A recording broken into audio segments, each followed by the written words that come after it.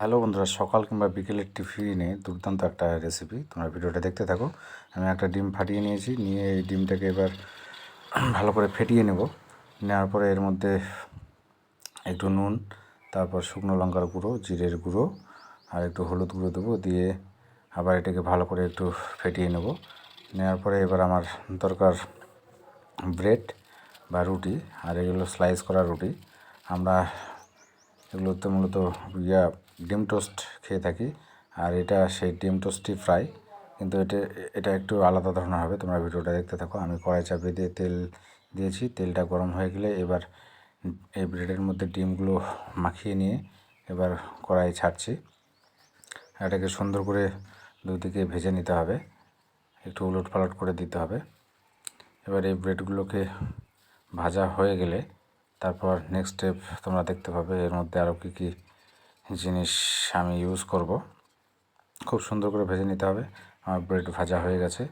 এবার আমি কিছু পেঁয়াজ, শসা আর গাজর রাউন্ড শেপ করে কেটে নেব। তোমরা যারা লঙ্কা খেতে ভালোবাসো, পারলে কাঁচা লঙ্কাও ব্যবহার করতে পারো, কিন্তু আমি করছি না। যারা একটু লঙ্কা খেতে বেশি ভালোবাসো তারা অবশ্যই কাঁচা লঙ্কা দেবে।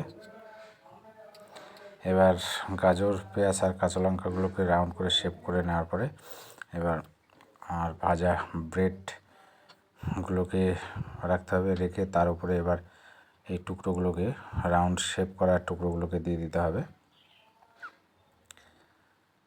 এগুলো দেওয়া হয়ে গেলে এবার এর উপরে একটু স্বাদ মতো নুন ছড়িয়ে দিতে হবে।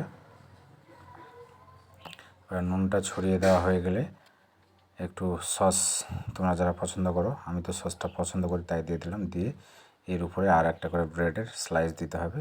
দিলেই তৈরি হয়ে যাবে আমাদের একদম বার্গার টাইপের ডিম টোস্ট।